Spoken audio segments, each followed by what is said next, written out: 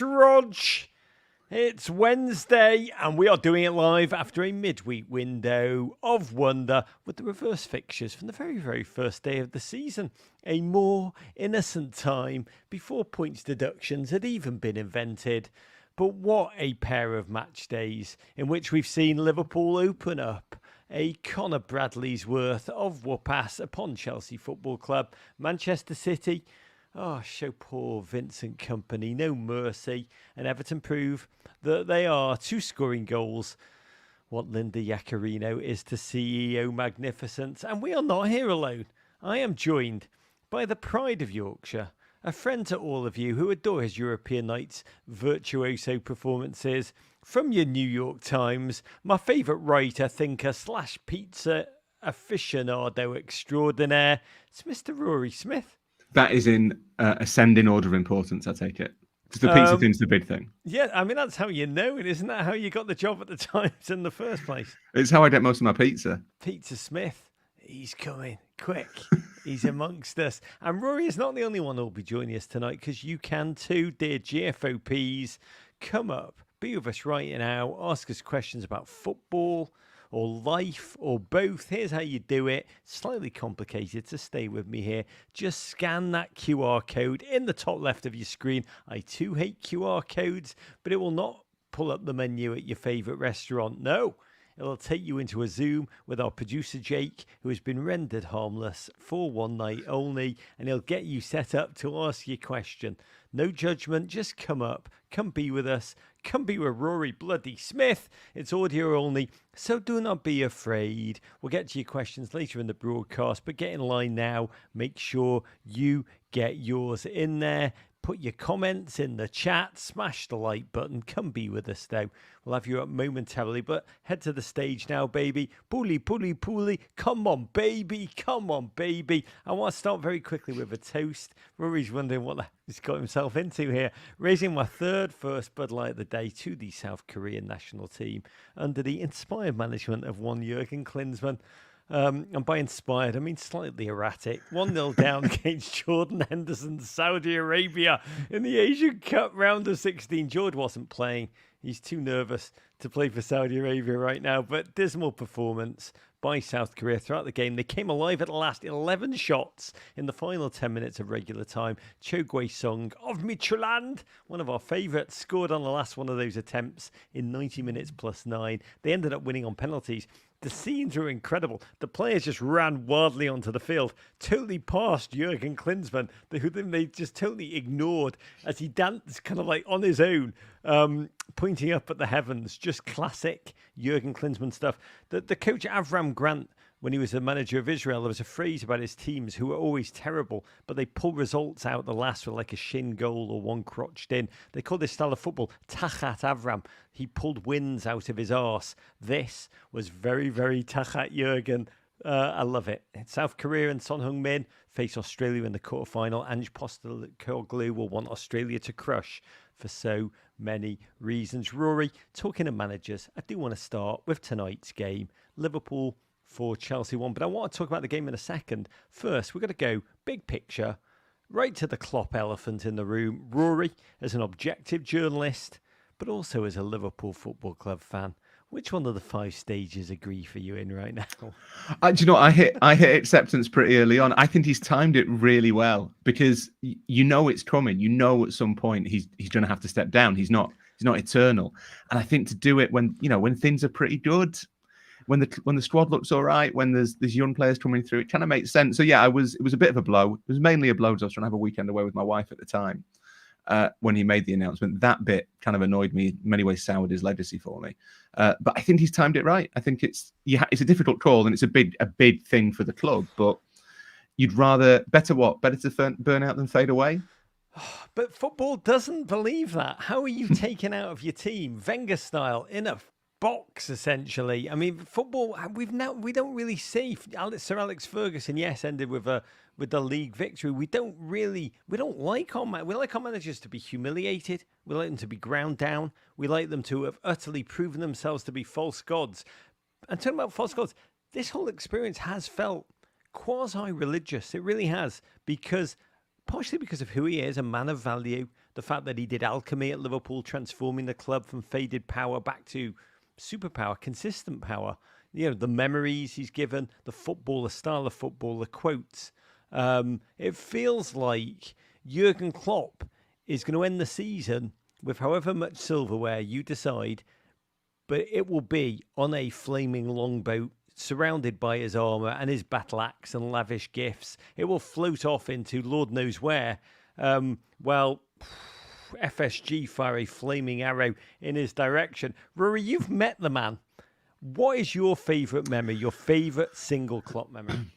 As a fan, I think it's probably his reaction after beating Barcelona 4-0, the kind of the moment of communion with the fans in front of the Kop. That's despite the fact there was no trophy on the line at that stage, that felt like the kind of the peak of the Klopp era to me, even more so than winning the Premier League.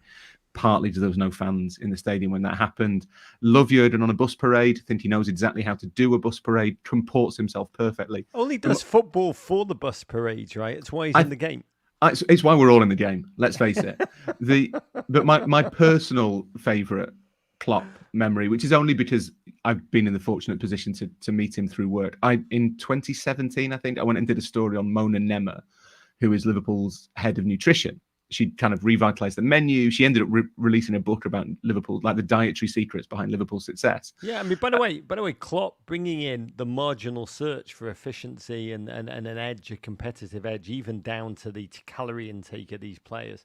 Well, yeah, and a throw-in coach famously as well. They had a throw-in coach before that was. It's still not trendy, but even before it was not trendy, they had a throw-in coach. But anyway, I had a little bit. I had a day with Mona, and she's lovely. She's really nice, really, really good at her job. And Jurgen was really keen to kind of promote what she was doing. So he said he'd give me 20 minutes at the start of the day, and I walked in a little bit nervous. Just I am, like you say, I'm a Liverpool fan. I'm not meant to admit that, but I am. Have I just outed you, or is that I public knowledge? I think it is. I think if you do a little bit of light googling, it's known. But we don't just try light to, Googling. in the same way as you hide your affiliation to Everton. Told you not to mention that. But anyway, Jurgen kind of looked at me, sort of gave me a no hug, like a handshake, and said, "Hi, nice to meet you," that sort of thing. And then he looked me up and down and he went, "What did you have for breakfast? A coffee and a Marlboro?" And I didn't know how to kind of parse it at the time. So I was a bit like, that makes me sound quite cool, but I'm assuming he's saying I look ill. And that's always stuck with me, just the fact that was Jurgen Klopp's immediate judgment of me. I took it as a compliment. And we then had quite a long argument about German bread. Go on, what was the argument? For history's sake, record it here. I'm quite fascinated because I do think Jurgen Klopp is a man who is not averse to a trip to Marlborough country. He definitely wasn't at that stage. I believe he has since dispensed with that particular habit. But at the time, I think he probably meant it as a compliment. Anyway, yeah. Now the argument about German bread was, I can't remember how it came up. I said that France and Italy produce the best bread in Europe. Rog, as you know, I take carbohydrates seriously. Yeah. It's something I know much more about that than football. Correct. Jurgen Klopp looked genuinely offended and aghast and said, what about Germany? And I went, well, if you like loads of seeds on your bread, it's fine. And he then got, I think, legitimately quite upset with me for daring to question the quality of German bread. Jurgen Klopp, just for the record, thinks you get really good bread in Germany. That is his belief. This is amazing, by the way, because Premier League managers have schedules which are down to the second. And the fact that this man had the time to get into bread wars with you, Rory Smith, is just like truly mind-blending. As is the fact that he told me I looked like I had a coffee and a cigarette for breakfast, and then we argued about German bread. Sounds like the start of a great unwritten Hunter S. Thompson book. But give us a sense from what you know about what's going on in the inside of Liverpool right now. Chaos is a ladder. I don't know if you know, Raw, but I spoke to Virgil van Dijk yesterday in an interview you can find on our YouTube. And he was keen to say, I mean, his message was actually very interesting beyond, walking back I desperately want to leave, get me out of here. I didn't say that. I was taken out of context. It was, his message was very much, I don't want to talk about that because we've got a job to do. We've got a job at hand, not the outside noise. Are the big players immediately being tapped up by other clubs? Does the Liverpool Brain Trust know who their top choice of manager is? What is being lost in the inside? Is it more than just Klopp? We know his back room is leaving with him. Is this more than just a man? Is this a complete gutting of the infrastructure? What exactly is going on right now in that? So yes and no. So I think Klopp is quite a lot of Liverpool's institutional football knowledge. I think that is the big danger, that they don't really have a structure in the way that they did when he arrived. So when he arrived, you had Michael Edwards as the sporting director, you had Ian Graham as the director of research, you had Dave Fellows and Barry Hunter, as the scouts. Now, obviously, Hunter and Fellows are still there. Will Spearman is the director of research. That's a relatively kind of normal internal promotion. That's not a particular downgrade or upgrade, I don't think. The sporting director has been Jörg Schmadtke, who was he was the deal doer. He was the guy they brought in to go into the shops and buy them stuff. He was Jurgen Klopp's personal shopper. The bread, essentially. Yeah, if you wanted a loaf, if you wanted a Langen not pretzel, the shitty bread, get me the Schoberslei. Yeah. If you want something with loads of like caraway seeds on it, then you get Jörg Schmadtke to go and get you a deal. Schmadtke I don't think he had any great say over like the vision of the club long term. He's going as well. Klopp's going. The club has been built in his image in a lot of ways that are really positive, but now that he's going, that present a risk or present some sort of peril in some way. In terms of the process of replacing him, they've had 2 months. They were told in November. Klopp let Mike Gordon, the FSG president, know in November. So they've had a couple of months to work on it. They have run the numbers. I don't know to what extent that's a particularly crucial part of the process. I don't think it's the case that they'll get the algorithm ready, press the button, and then say, well, the guy who's on top is the guy we want. Being a manager is a much more context-dependent thing than that. I think they will have a variety of contenders, most of whom have been mentioned in public, and most of whom are pretty logical, to be honest. So obviously Xabi Alonso is in contention. I think they'll be looking at Thomas Frank. I think they'll be looking at Roberto De Zerbi, although his form's not great at the moment. I think they've probably thought about Ange Postecoglou at Tottenham. I think there'll be a couple of others abroad. A couple of others abroad. One of them has 3 Gs in his name. I've actually been trying to sell Greg Berhalter to FSG. I think when you do statistical analysis, apparently top, as they say. But I want to talk about who in a minute. But before we do get into that, you have a theory. When we met in New York, we had dinner. You told me something that I've actually thought a lot about since. You said, how many Premier League managers actually look like they're having a good time? You were like, it's amazing. Oh, yeah, my theory of fun, yeah. Yeah, your theory of fun. Rory is that kind of person. Rory has theories. I don't have any theories. Rory, I just love, he has a lot of theories. And you should articulate it. But I do, but I've thought about you when Xavi stepped down and said the sensation of being Barcelona coach is disagreeable and cruel. Sounds like a Thomas Hardy novel. When we had dinner in New York, I actually went 2 weeks later and I interviewed Pep Guardiola, and I tested I didn't say Pep, it's the Rory Smith theory of fun. That's contravening my intellectual copyright, but that's fine. That's fair. I just said, oh, you know what, Pep? I've just had this idea. I said to Pep, Pep, a friend of mine whose name rhymes with Bori Biff says, and he goes, does he like pizza? I said, Pep, back to me. I said, Pep, he said, you don't look like you're having fun on the sideline. It doesn't look like many of you are having fun, Pep. And Pep gritted his teeth and he goes, it was so funny. He said, I like it. And I said, what do you like, Pep? What do you like? Tell me something. And he kind of came up with something. I can't quite remember. It was something like, youth, on the youth training, youth. And he made this stupid thing up. Like, he was clearly trying to convince himself as much as me. It was like completely unconvincing. But there is something remarkable about this, that Klopp's leaving age 56. Jurgen Klopp, football manager's age in dog years. If you looked at a picture of me and a picture of me today, you'd say he was at 9 years only, really? I mean, God, it's bad bread in Liverpool. That's why you've aged so badly. But you think that, or you think ultimately it's brutal, it's ugly, it's just a disastrous way to live a life, even in the medium term. Yeah, I don't think any of them are having a nice time. I think even the success that Guardiola has, where he has, I think he said yesterday about the perch, he's got everything a coach could dream of. He has everything he could ask for. It's the perfect coaching environment. You can see why he would like it. I think that was in the context of Xavi and Barcelona.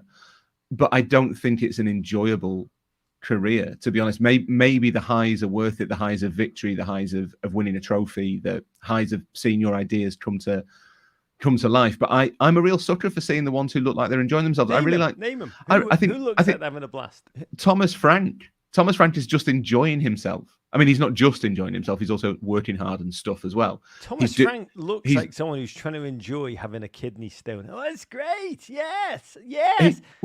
That's just how the Danes are. But like he's getting up in the morning. He's spending 1 hour and 20 minutes on his hair. He's getting into training.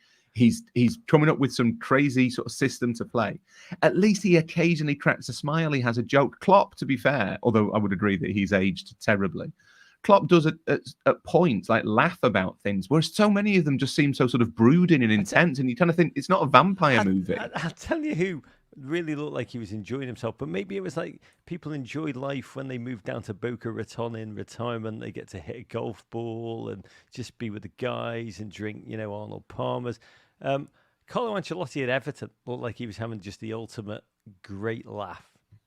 Yes, Carlo's the best example. Carlo's having a nice time. Yeah. All managers should aspire to be Carlo Ancelotti. Yeah, the meals are great. The all-expense accounts are great. He's just loving. He's just like, if you can think of managers who are enjoying themselves, slap it in the chat. We do need to talk quickly.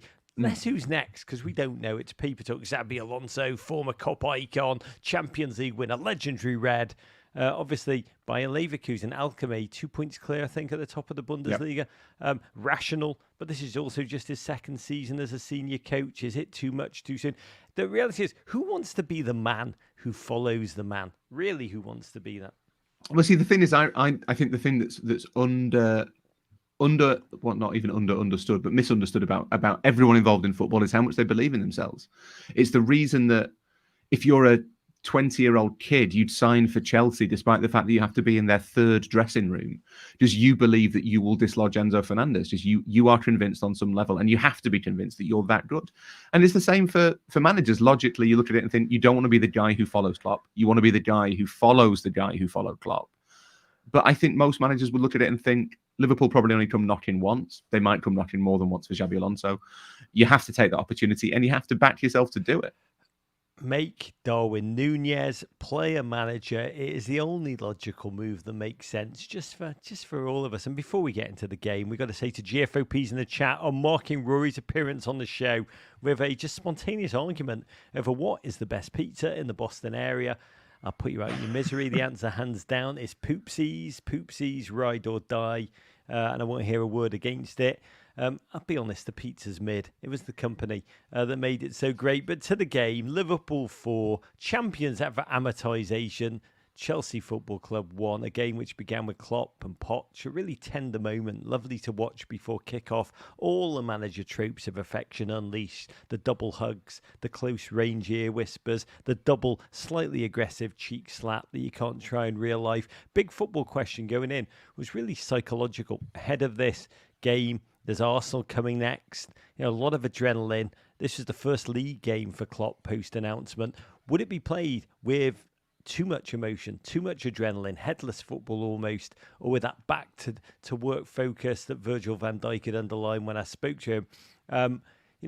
He didn't want to get too nostalgic. There was work to be done, and Liverpool, it's got to be said, looked, well, both surprisingly energised and collectively hungry tonight, bolstered no doubt by the return of Szoboszlai and McAllister back from injury in the midfield. They drove Liverpool on in the early exchanges. Conor Gallagher and Cole Palmer tried to do bits, trying to fling themselves literally at the Liverpool back line.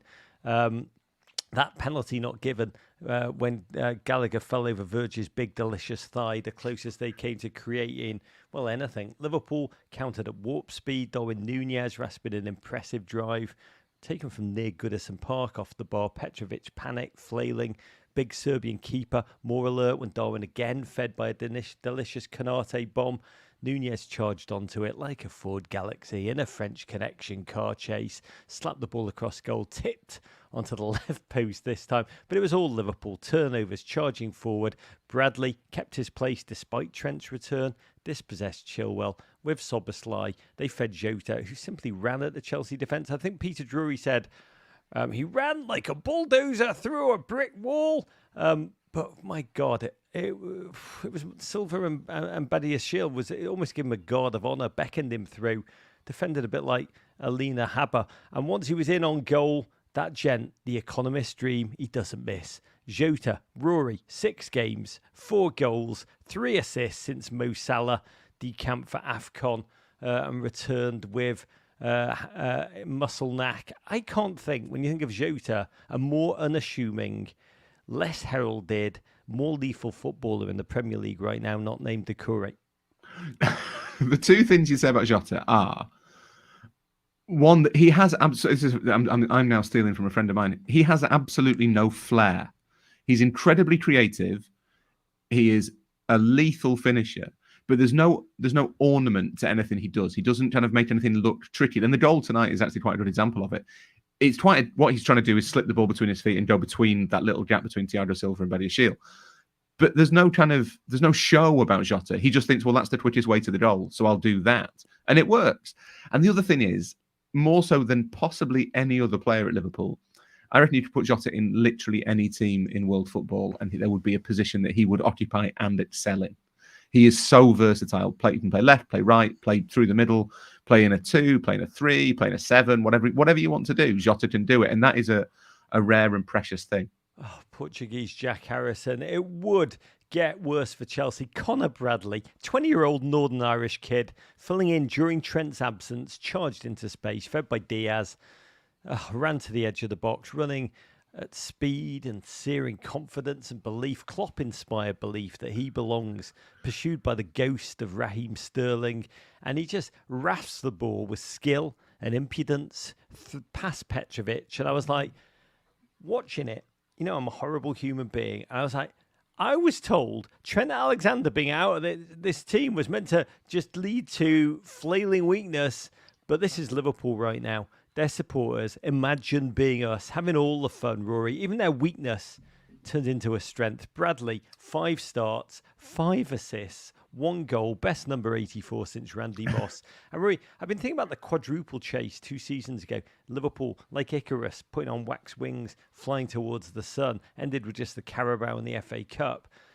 What's the difference between that and this moment? And you do start to think like Bradley, Harvey Elliott, Bobby Clark, Kwanzaa, Andrew Robertson, Ryan Gravenberch on the bench, Endo to return from Asian Cup, amongst others, to this Liverpool squad. This is a squad that's brimming with players, with options, players who can contribute both as stars, but also dazzling understudies.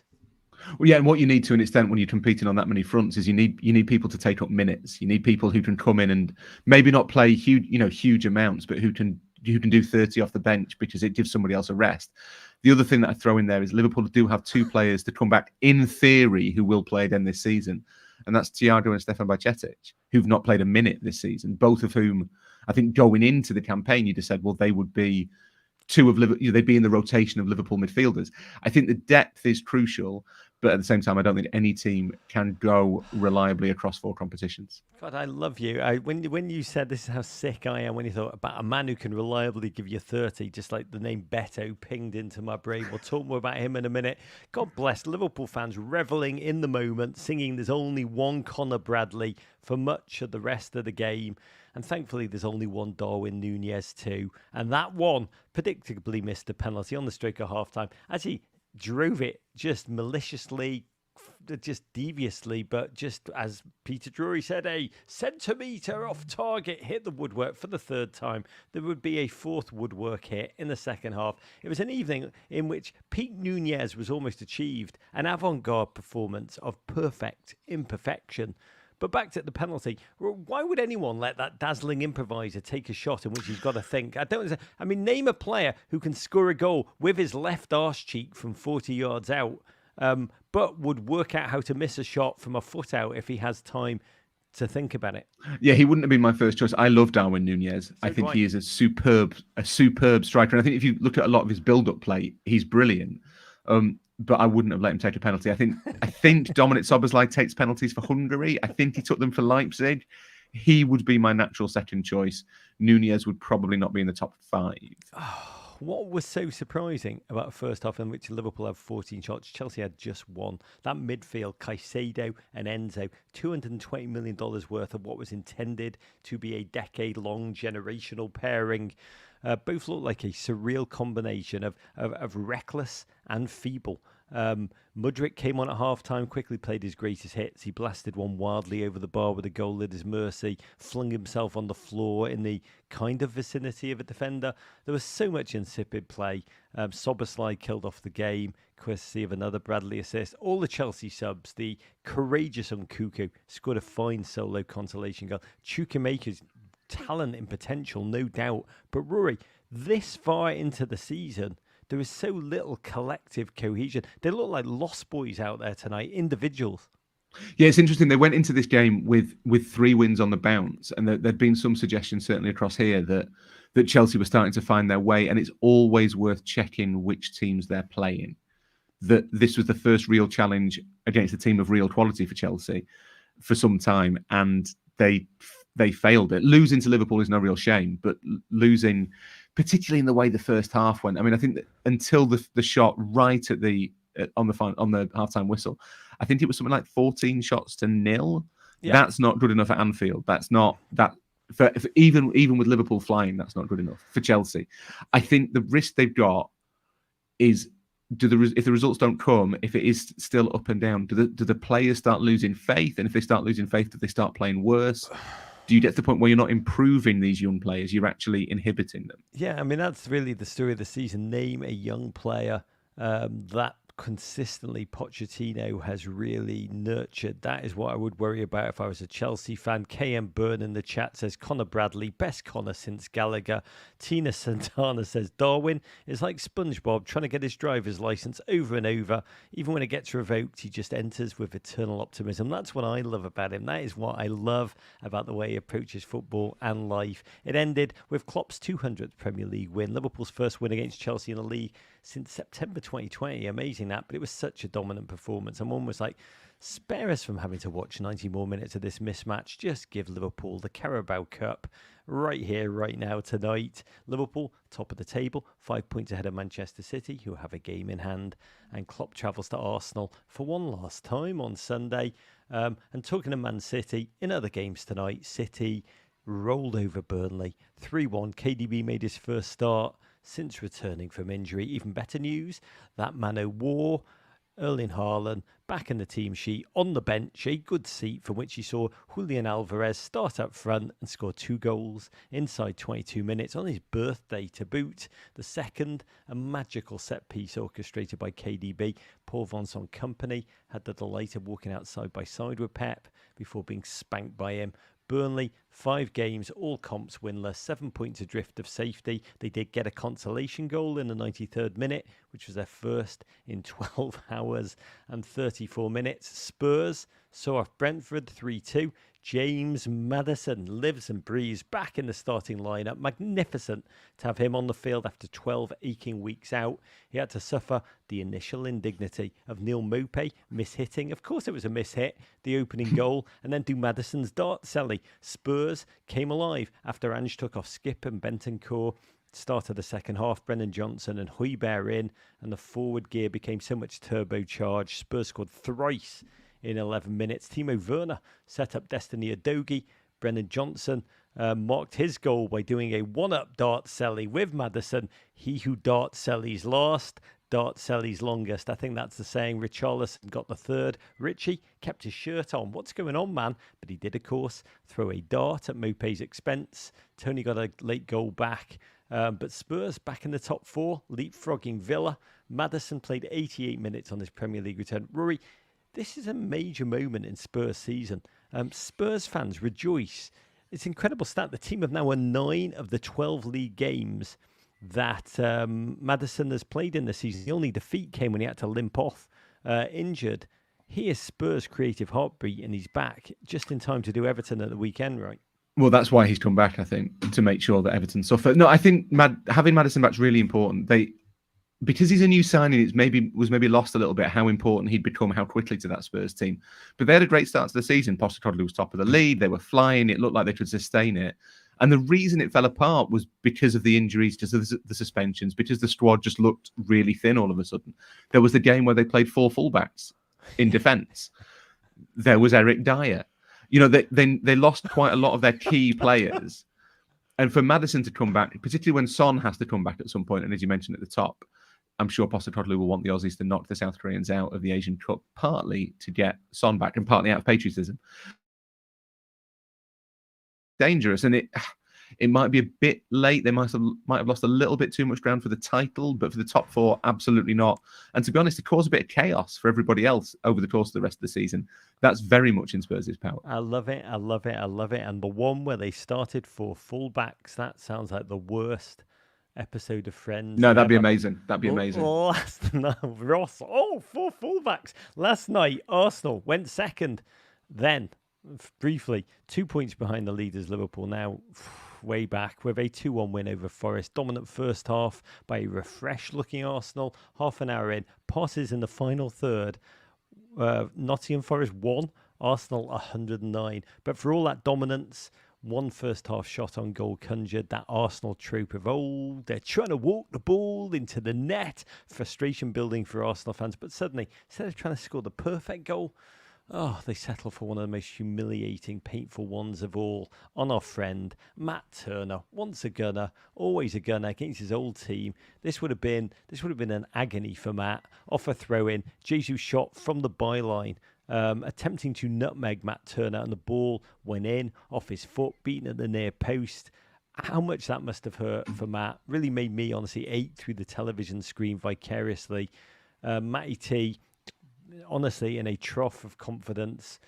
His decision-making dented as a result in key moments, the blip becoming a feature. And goalkeepers, they're really like field goal kickers in the NFL. They're barely understood, quickly disposable. Godspeed to Matt Turner. But crucially for Forest, and the 1-year late goal upon his return made it nervy.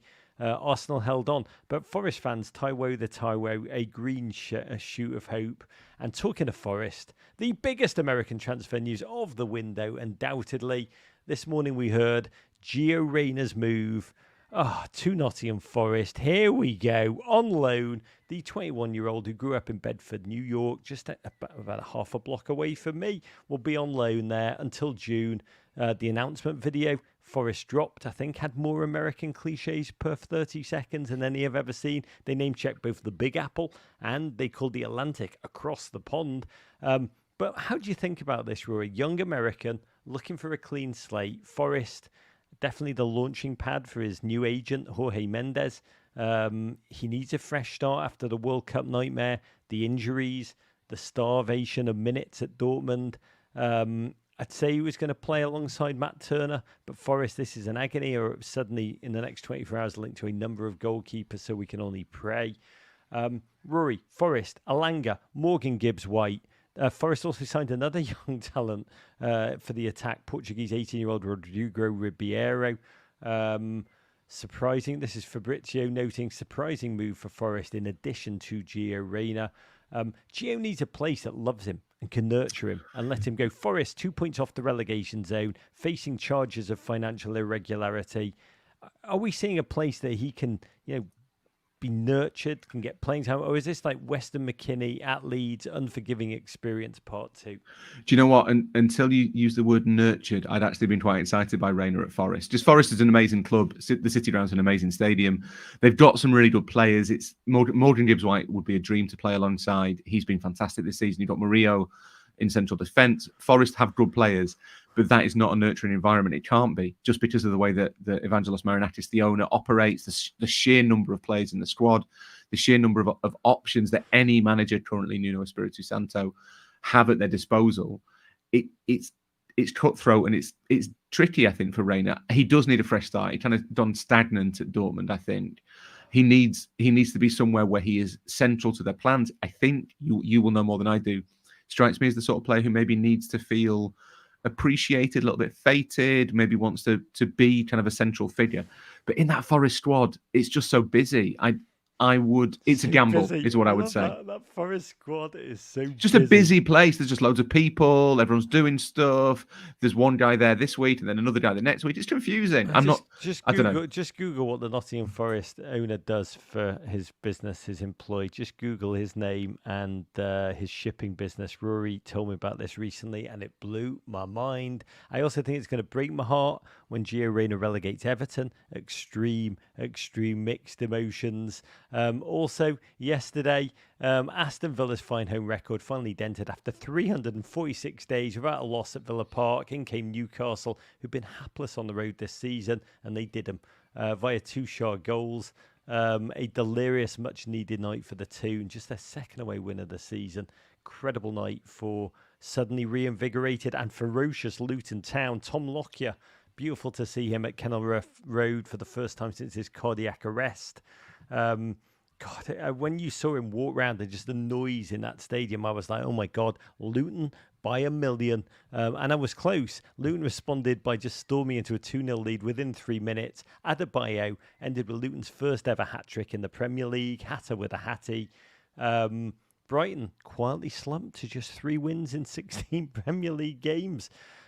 Luton fans finished the game singing 30 points. Who gives it a crap? We're Luton Town and we're staying up, referring to the 2009 season when they were deducted a record English 30 points, which I hope Everton fans will sing about this year if and when we survive. Yesterday, a year to the day, Sean Dyche inexplicably agreed to join us as Everton manager. Club were then in 19th place and teetering.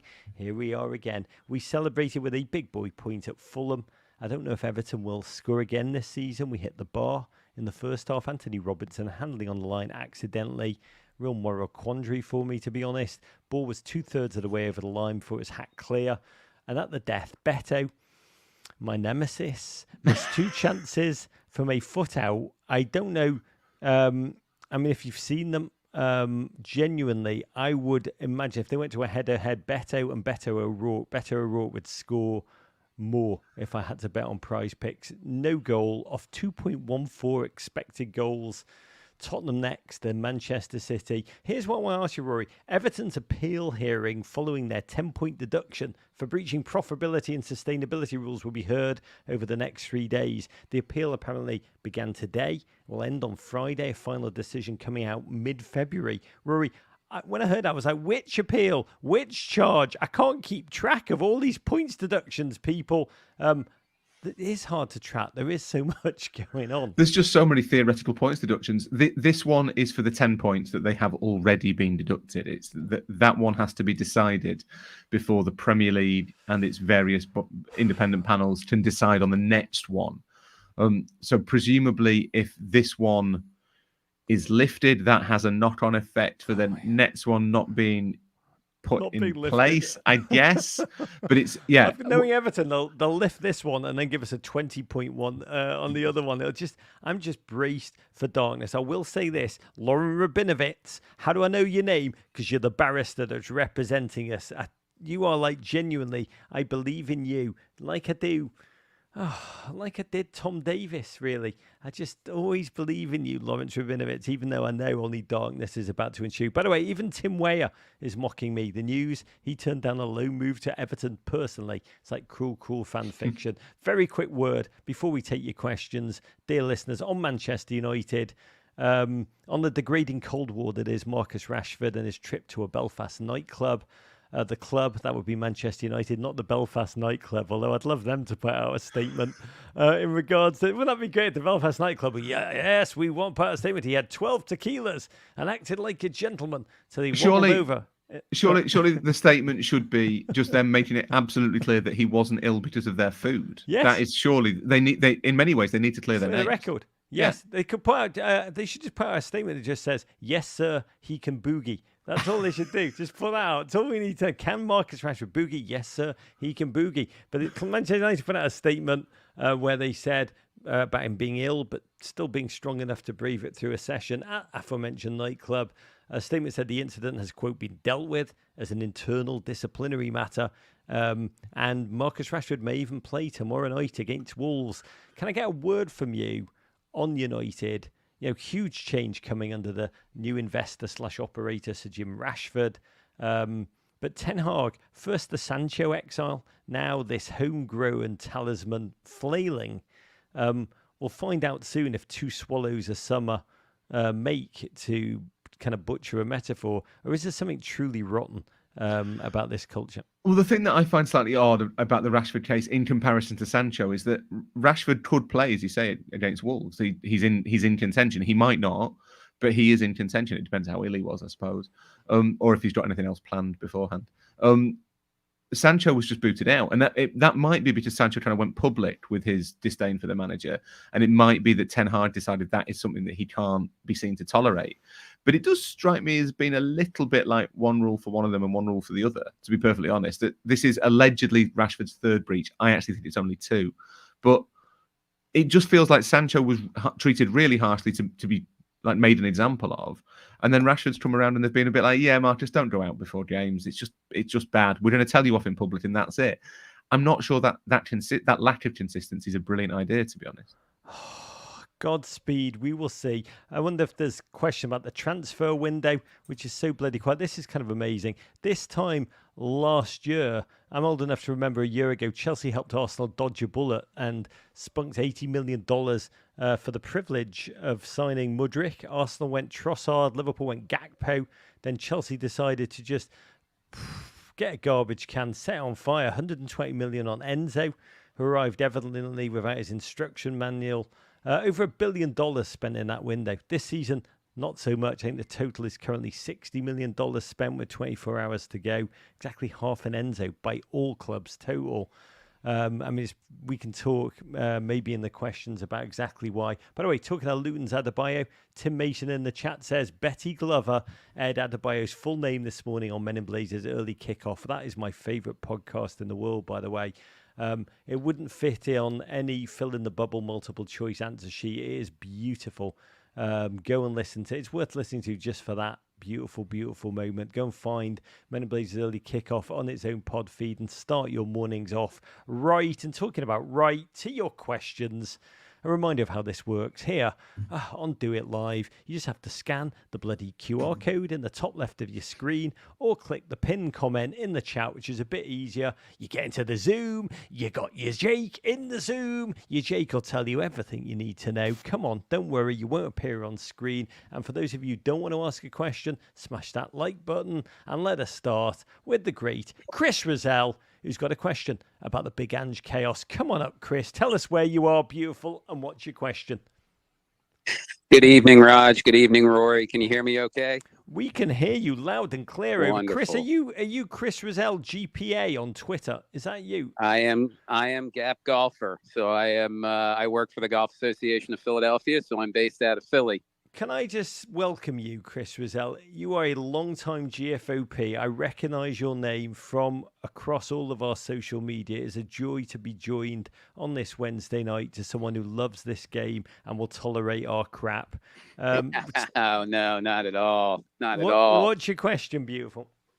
So my question, as a Spurs fan, how do I prepare both my mind and my body for the fact that I am probably never going to see another normal game of football ever again under Ange. I just don't know if I can take all these wild swings of emotion and with the way in which he sets up the team and the way in which they play even today with the back pass from Udogie. I just don't know how to prepare my mind and my body for everything that goes on during 90 minutes of football with Ange. I love it. Don't get me wrong. After Mourinho and Conte, I love this. I just don't know if my body can take it. God, raw. I'm going to say yoga and complex starches. They're my two solutions. Yeah, I know. It is quite a stressful style of football. There's no denying it. Like you do feel like it's that sensation of when you're this is an old-fashioned thing, but when you're like listening to a game on the radio, and the commentator's getting more and more excited, and you think, God, the ball must be near the box. They must be about to shoot, and then they go, and it's run out for a throw-in just shy of the halfway line. And it's kind of existing in that sense that literally anything could happen at any given moment. And I'm not sure that's desperately healthy, but I don't really know what you can do about it, because Ange seems to quite enjoy it. He most definitely does. It is amazing. We used to laugh about Diego Costa off the field, and a night out with Diego Costa must just be one of the most amazing things in the world. That you can start in the quiet nook of the pub and think you're just going to have a couple of pints, and suddenly you're like, find yourself in Transylvania. Somehow he's commandeered a tank. Somehow all of his clothes have come off, and he's driving the tank, and there's a marching procession of everyone, and he's singing Twist and Shout, and you don't know how you got from there to here. I realise, listening to you, Chris Rizal, essentially watching your football team on the field is the equivalent of that experience. And to me, got to say, that A is magnificent. Why do you watch football? I mean, this is strange for an Everton fan to say, but I do believe I watch football to feel things. Most of the feel emotion. Most of what I feel when I watch Everton is staleness. Yes, Rory, what's worse than dread? Just an awareness of our own mortality, that we're all going to die, stagnancy, decay, fear, loathing, emptiness, loneliness, self-loathing, all those great things. So that's when I feel watching Everton. Chris, you're watching amazing things. You're watching just scintillating, cascading, rollicking. It's never safe. It's never lost. I mean, everything. You're just watching a collision. The cymbals are always crashing. This is it's just always the pinnacle of the symphony. And what I also realize listening to you is there is a big gap in the market. And those of you who are listening who are looking for a job, an occupation, a meaningful occupation, I think there's a big gap in the market for Spurs fan life coaches. We should probably start an IG account with 5 tips about sleep hygiene, 10 Spurs meals in less than 20 minutes, 6 stretches Spurs fans can start their morning with. You're going to end up looking like Brad Pitt in Fight Club. That's the only thing we know for sure. At the end of the season, there'll be no shirt, there'll be cigarettes dangling out of your mouth, Chris Rizal. And it's going to be magnificent, isn't it? Yeah, I would much rather them play this brand of football and give it everything and go out, falling on the sword, so to speak, than just to be overrun and parking the bus and whatever. And I mean, at the very least, it's as exciting as I've only been a Spurs fan for probably 10 years or so, but it's the most exciting brand of football that I've had the opportunity to watch, and Chris Rizal, you can't wait for the next game. Save every second. Choose life, baby. Sorry, Ross. Go on. Just say that there is one thing that maybe is comparable. So I'm old enough to remember when a goalkeeper kind of got the ball to his or her feet and looked like he was going to try and play a pass, and an entire stadium would be like, "What are you doing? Please don't do that. Just kick it long, get rid of it, make it go away, get it further away from our goal." And after a while, when your team has a goalkeeper who can pass, as Spurs had with Hugo Lloris, or City had with Ederson, or as Liverpool have with Alisson, after a while, that panic subsides. Like, you aren't thinking, there's still part of your brain thinking, maybe don't do a Cruyff turn. But generally, you're like, this is okay. They know what they're doing. Like, I've seen this enough times that I believe in your idea. Yeah. And I think that'll happen with Postecoglou. I think maybe in a year's time, you'll find that you are less stressed about it, or your body exists at such a peak of tension at all times that you don't notice. Yeah. Chris Rizal, call in. Keep calling in. Keep letting us I will. To Thank you very much, guys. As if we've got little digits on your heartbeat. Just remember, it could be worse. You could be watching Soldado bobble off his shin from a yard out. Choose life. Choose entertainment. Choose Spurs. Next up, a great friend of the pod. It's Mr. Joshua Youngerman. Oh, Joshua, remind us where you're from and what's your question? I'm from Chicago, and I'm now back in this normal universe where Arsenal are unfortunately in third place. It was great being in the multiverse for a week. But actually, I also should say I follow Dortmund in the Bundesliga, and I thought Reina would have been great in Luton Town personally, but I I hope he does well. But I think my question is, how does Rory feel like Arsenal are going to do Champions League wise?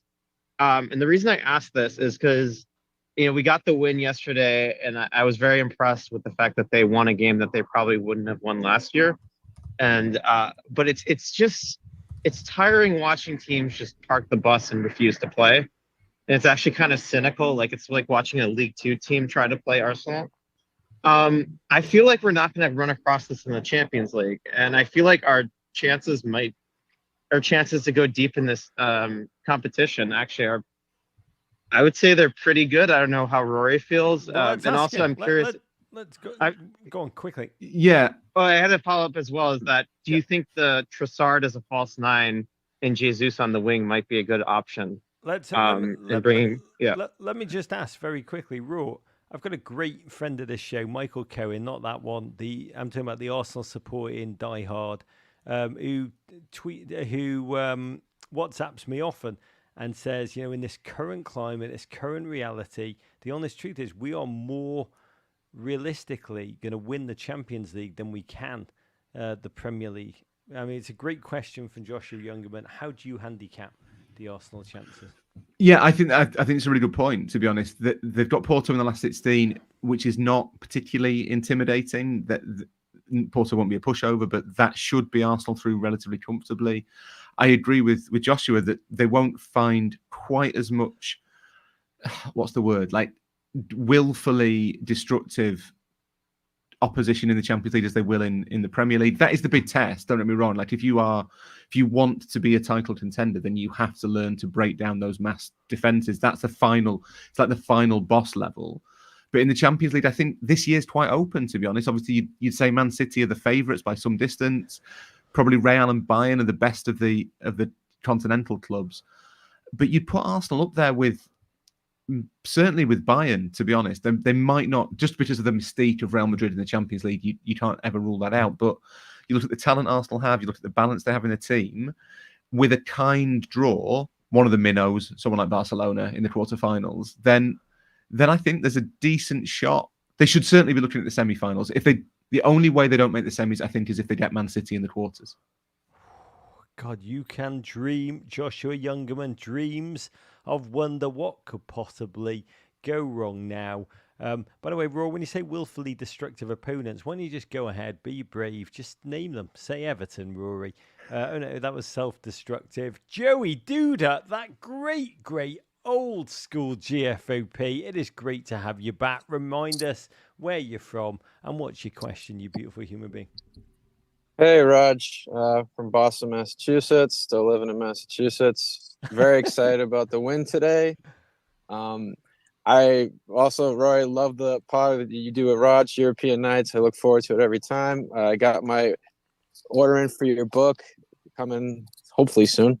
But question was, I read in The Athletic today about there was an article about Klopp possibly coaching the U.S. men's national team, and I was just wondering what your thoughts are thoughts about that, Raj, and Rory as well, or is just German or nothing? I love this. By the way, number one, Rory is the person responsible for all mailings of your book, wherever they're coming it's from. True. Yeah. Will you get on it? Would you, for the life of me?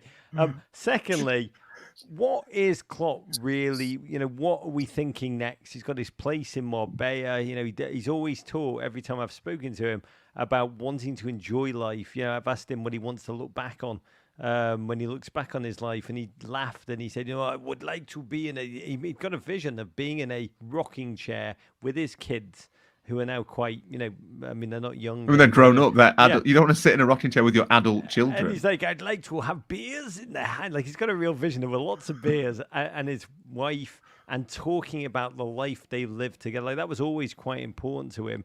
But like, what do you see when he said, this is my last ever job in England? Obviously, I talked about on Monday how that was maybe his come and get me Wrexham Football Club play. There's a lot of thinking that he could go into the German national team far more than the US men's national team, with which he has no connection, and his best friend David Wagner, who used to play for the United States, just ask him what he thinks about the US national team. And I'd imagine there's been a word in Klopp's ear. Well, I'd love to fan fiction it. It would be hilarious, wonderful. He's the massive figurehead our game really cries out for, to be candid, like the charismatic spokesperson, just magnetic wonder. You can imagine him going on late night TV circuit. It'll be must-watch TV. But what do you imagine, realistically, Jurgen Klopp's next step, if there is one in football, would be? Yeah, I think first of all, you're completely right that if he were to coach the US, that would be probably even more so than Guardiola. That would be exactly the figurehead that the US MNT would need. Yeah, was Klopp not quoted by the Carolina Panthers' new coach the other day as a kind of inspirational leader, aspirational figure? Titans, I think. Was it the Titans? That he has that kind of reputation in coaching circles. I think he would be huge. I don't think he's going to coach the US. I think his next job will be Germany. If I was to stick my neck out, and this isn't really based on any inside information, I'd say that Julian Nagelsmann will take the Germans for the Euros. They'll get knocked out relatively early. Everyone will be very upset. The German nation will be dealing with its shame as the rest of Europe realizes that its train system is rubbish. And then I think Nagelsmann will walk, go back into club management, and around the turn of the year, Klopp might sign a contract with the German national team, because I don't think the qualifiers for 2026 start until next spring. So that would kind of fit with the timescale. So I guess projecting that forward on Klinsmann years, he'll be the US men's national team coach by about 2038. Oh, and it will be utterly magnificent. I think he's actually more likely to start a Tottenham fan life coach Instagram account. Lots of talk about German bread and also grief bacon, Kummerspeck, which is one of my favorite German words of all time. One last question from our Insta DMs from @Football is Life. Rory, give us the one team. It's the transfer window shut, so our quietest transfer window of ever of modern history. Just remarkable. The Saudi money is taking a very quick break. There's a lot of FFP fear. Everton are essentially the medieval peasant who's been thrown in the stocks in the middle of the town as a warning to the other peasants that they shouldn't spend too much money. So everyone's pretending that they have caution and are not just burning piles of cash. But Raw, give us the one team that needs the most help on transfer deadline day and are going to do it. Who is the one club in the Premier League where the execs are going to go full Charlie Methven and pull in a Will Grigg?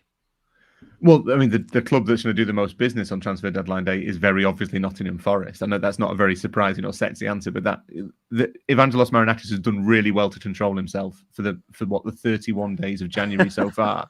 He's not going to get into February and not be able to just kind of go big.